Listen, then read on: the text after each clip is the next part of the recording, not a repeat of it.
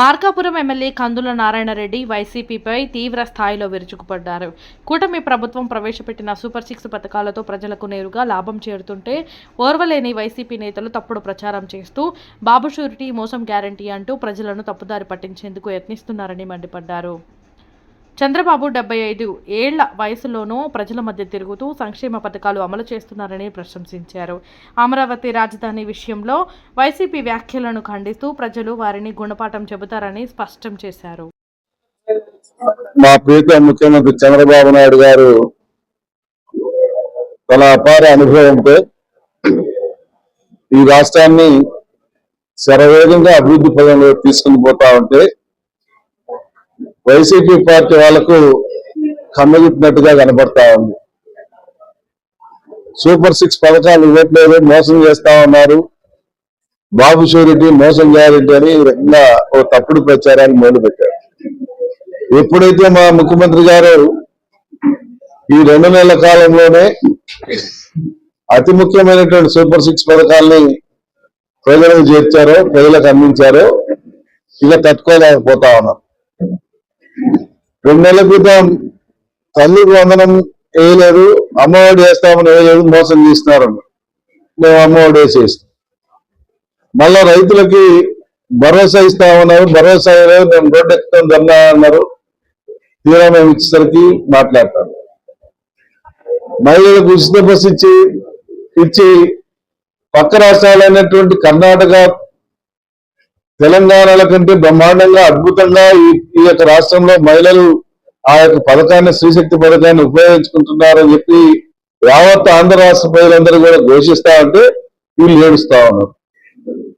ఈరోజు మళ్ళా ఏంటి, యువతకి ఏం చేయట్లేదని చెప్పి చెప్తాను. చేస్తాం, త్వరలో చేస్తాం, చేపిస్తాం. మేము మాట కట్టుబడి ఉన్నాం. మా ముఖ్యమంత్రి ఏదైతే చెప్పాడో ఆ చెప్పిన దానికి అనుగుణంగా పనిచేసుకుంటూ పోతా ఉన్నాడు. 75 సంవత్సరాల వయసులో గంట కూడా నిద్రపోకుండా తిరిగి రాష్ట్ర ప్రజల కోసం కష్టపడి పనిచేస్తాను. మీరు ఏ రోజైనా ఈ రకంగా తిరిగిందా? ఏ రోజైనా రాష్ట్రంలో మీరు ప్రజా సమస్యల మీద స్పందించిందా? మీరు వస్తేనే పరదాలు కట్టుకొని వస్తారు, పరదాలు కట్టుకొని పోతారు. మా నాయకుడు వస్తే ప్రజల్లోకి వస్తున్నాడు.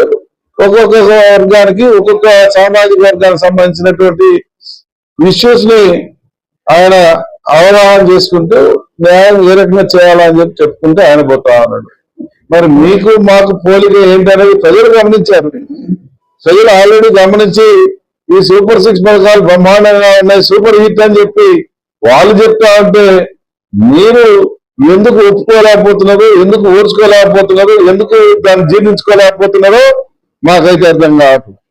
ఈరోజు ఏమంటారు, మళ్ళా అమరావతిలో పడవలు పోయినాయంట. యాడ్లో పడవలు పోయింది, మీ జగన్ ఇంట్లో పడవలు ఉన్నాయి, చూపండి. మీ జగన్ ఇంట్లో పడవలు ఉంటే కానీ మా ఇళ్ళలో కూడా ఉన్నట్టే.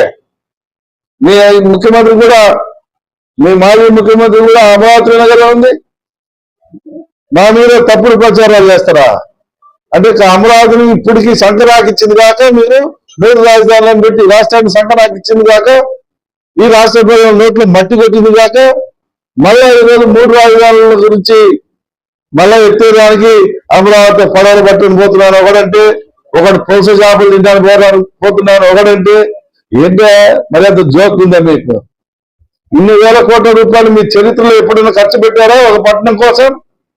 ఈరోజు దగ్గర 75,000 కోట్ల రూపాయల డబ్బులు అమరావతి పట్టణం కోసం, రాష్ట్ర రాజధాని కోసం ఖర్చు చేసి పనులు ప్రారంభించే విధంగా దేశ రాజధాని, దేశ ప్రధానమైనటువంటి నరేంద్ర మోడీ గారితో శంకుస్థాపన చేయించి పనులు ప్రారంభిస్తా ఉంటే మీకు అవగాహన ఉందా?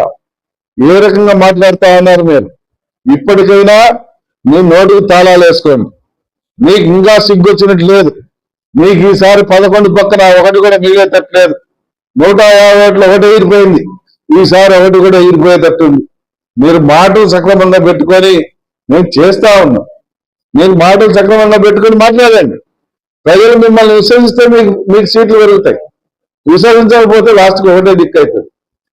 మీరు మమ్మల్ని మాట్లాడుతూ ఉన్నారు. వేలు చేస్తా ఉన్నారు.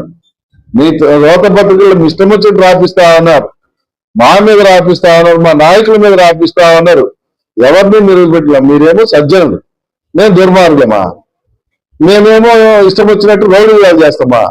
మీరేమో బ్రహ్మాండంగా పరిపాలన చేశారా? ఒక్కరిని చెప్పమానండి రాష్ట్రంలో, ఒక్కరిని చెప్పమానండి రాష్ట్రంలో. 5 సంవత్సరాలు మేము గుండె మీద చేసుకొని పడుకున్నాం, ప్రశాంతమైన నిద్రపోయినాం అని చెప్పి ఒక్క కుటుంబాన్ని చెప్పమానండి. లేదంటే సీక్రెట్ ఓటింగ్ పెట్టమనండి, బ్యాలెట్ ఓటు సీక్రెట్ ఓటింగ్ పెట్టి ఓట్లు ఇవ్వనండి, చెప్తారు ప్రజలు. అలాగాని ఏది పడితే అది రాసి, ఏది పడితే అది మాట్లాడి, ఏది పడితే అది వాగి మీరు ప్రజలకు చులకలిగుతా ఉన్నారు. దయచేసి మీరు వైసీపీ వాళ్ళు బురద వెళ్ళటం మానుకోండి. మా మార్కాపురం జిల్లా ఎందుకు చేయలేదా? మాట్లాడండి మీరు, ఎందుకు చేయలేదా? జిల్లాని ఆ రోజు అనౌన్స్ చేయమని చెప్పి మేము ఎలుగెత్తి మా ఘోష వినిపించాం. మమ్మల్ని ఎందుకు పట్టించుకోలేదు? మరి అన్ని సంవత్సరాలు అన్ని దఫాలుగా మీకు ఓట్లేశారే. ఈ ప్రాంత చెవులలో పూలు పెట్టడానికైతే మీరు బాగా పనికొచ్చింది, కానీ ఈ ప్రాంతానికి అభివృద్ధి చేశారని పరిజ్ఞానం మేము.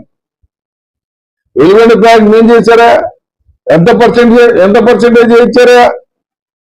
ఎంత పర్సెంటేజ్ చేయించారు? 19-24 మధ్య రండి, లెక్కలు కూర్చున్నాం.